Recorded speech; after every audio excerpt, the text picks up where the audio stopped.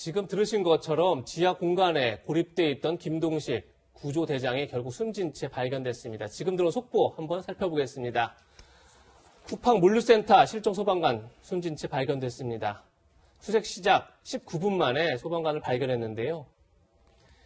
김동식 소방경 이천병원 영안실로 이송됐다 이렇게 지금 알려지고 있습니다.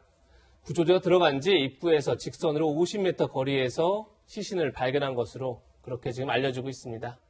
네, 김동식 소방경은 동료들을 먼저 탈출시키려다가 빠져나오지 못한 것으로 알려졌습니다. 현장 목소리부터 함께 들어보시겠습니다. 구조대장이 인솔에서 나오다가 대원들을 먼저 앞서 내보냈다고 추정을 하는 겁니다. 싶어요. 한번 집어주기도 해요. 그래서 또 네, 하 기자님 정말 안타까운 소식이 전해졌는데 일단 김동식 소방경 어떤 분이로 알려졌나요? 예, 그러니까 참 오늘 낮에 결국은 이제 시신으로 발견돼가지고 너무 안타까운데 평소에도 이분이 이제 1994년에 소방관 생활을 시작했으니까 올해로 이제 28년째 되는 베테랑이에요.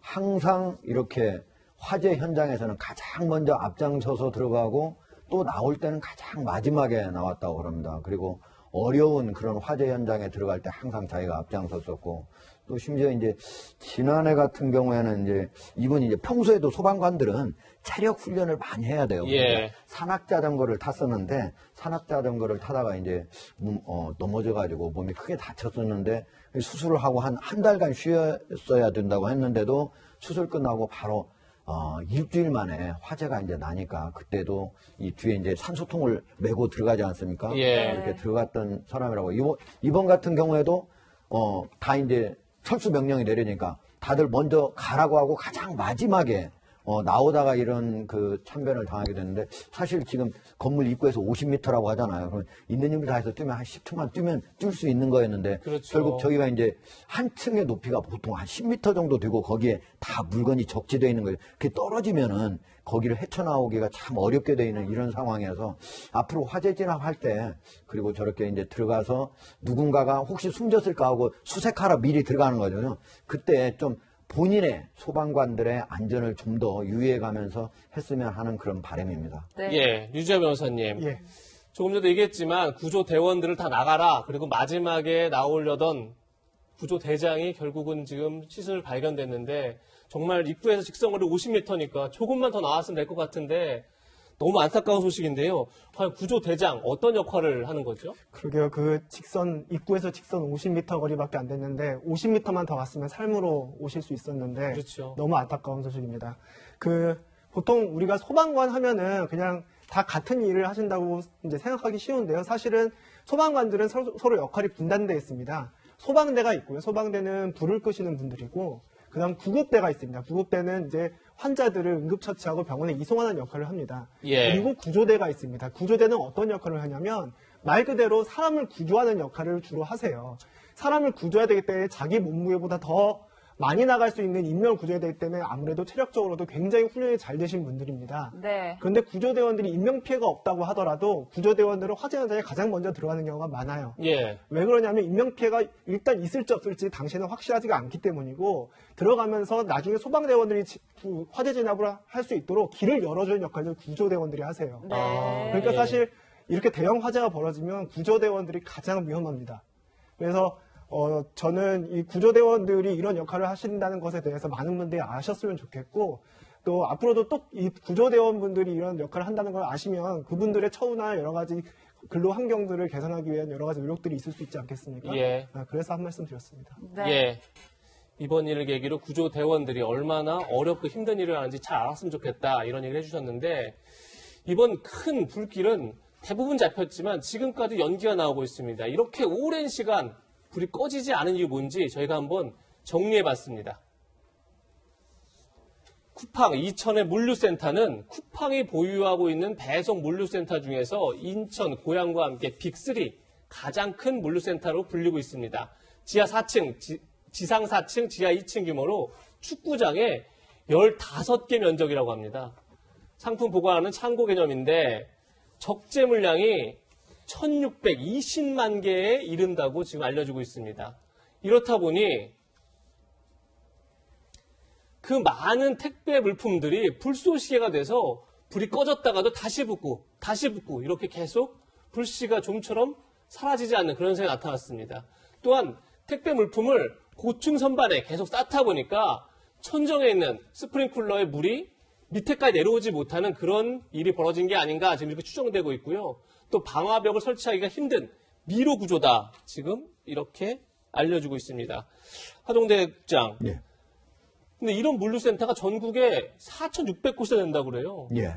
사실 이제 갈수록 온라인 쇼핑이 많아지지 않습니까? 그렇죠. 그러니까 이제 택배로 많이 갑니다. 그러니까 과거에는 공장에서 도소매 이렇게 해가지고 소비자로 넘어갔던 데 비해서 지금은 이제 온라인 쇼핑이 많다 보니까 공장에서 바로 물류 창고로 들어가 있다가 온라인 쇼핑을 하게 되면 본인의 집으로 가게 되는 거예요.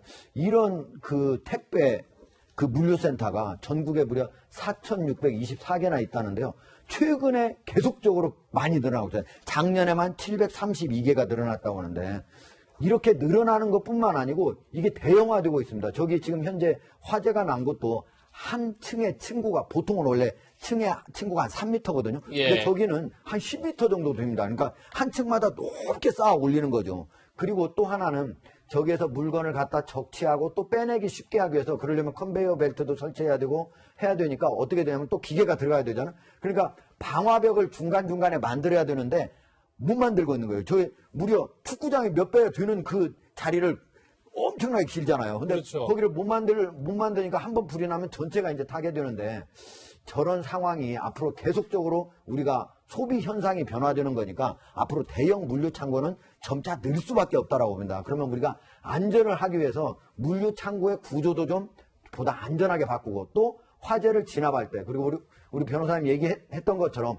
구조대가 들어가고 화재를 진압할 때는 반드시 본인의 안전을 좀 더 챙기는 방향으로 그런 것들이 바꿔져서 개선돼서 좀 이루어졌으면 하는 바람입니다. 네, 교수님 지금 뭐 큰 불길은 잡혔지만 앞서 말씀하신 것처럼 붕괴 가능성이 있어서 아직 그 잔불을 잡지는 못하고 있어요. 언제쯤 최종 진화가 가능할까요? 그러니까 이게 사실은요, 상황을 진단하고 들어가야 돼요. 두 분도 말씀하셨지만 상당히 어려운 상황입니다. 왜냐하면 철제 구조물들이요, 골조물들이 화염에 너무 오랫동안 노출되다 보니까 그게 위험해요. 무너질 위험성이 있는 거거든요. 그러니까 소방관들이 만약 내부로 진입하게 되면 상당히 어려워요.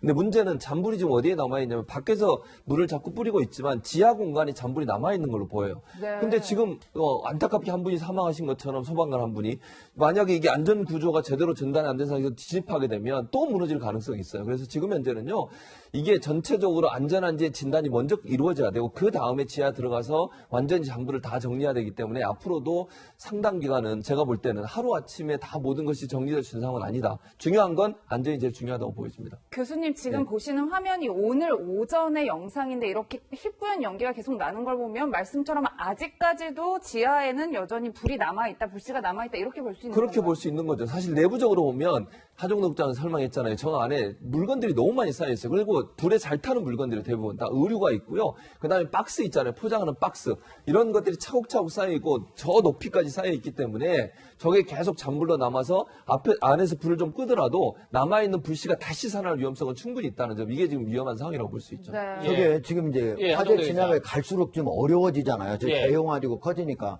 근데 저기 안에 지금 스프링클러가 원래 작동을 해야 되거든요. 그렇죠. 예. 근데 3m에서 스프링클러가 물이 내려오는 거하고 10m 위에서 내려오는 거가 같겠습니까? 배나 더 저걸 강력하게 더 좋은 제품으로 바꿔가지고 그 위에서 떨어지더라도 아래까지 내려올 수 있도록 그리고 그 물이 같은 시간이면 많은 물이 내려올 수 있도록 해야만 됐어야 되는데 그런 것들이 안 되기 때문에 모두 지금 밖에서 물을 안으로 쏟아 넣어야 되는데 중간중간에 계속 적치물이 있으니까 그게 안으로 들어가겠습니까? 네. 이런 여러 가지 상황을 고려해서 앞으로 우리가 구조 전체, 건물 구조 자체 그리고 화재를 진압할 수 있는 자체 내부에 건물 내부의 스프링클러 이런 장치들을 바꿔야 된다고 저는 생각을 합니다. 네. 예.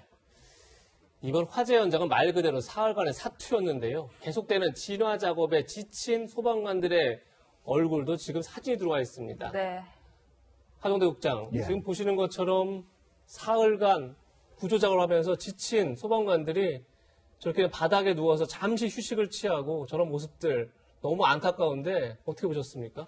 그렇죠. 사실 이제 주 52시간제라 하고 하루에 8시간씩 근무한다고 그러잖아요. 근데 이제 소방관들 같은 경우는 원래 8시간만 근무해도 되지만은 지금 앞에 화재가 있는데 다른 동료가 지금 이제 내 차례 아니고 동료 차례 나오고 집에 갈 수 있겠습니까? 예. 그냥 잠도 못 자고 끝까지 저기서 저 진화 마지막 끝날 때까지 결국은 일할 수밖에 없기 때문에 지금 잠시 휴식 시간을 이용해가지고 그냥 집에 갈 수 없으니까. 그렇죠. 저 바로 옆에서 그냥 주무시고 계신 거죠. 네. 너무 안타깝고 참 앞으로 좀 개선이 좀 됐으면 좋겠습니다.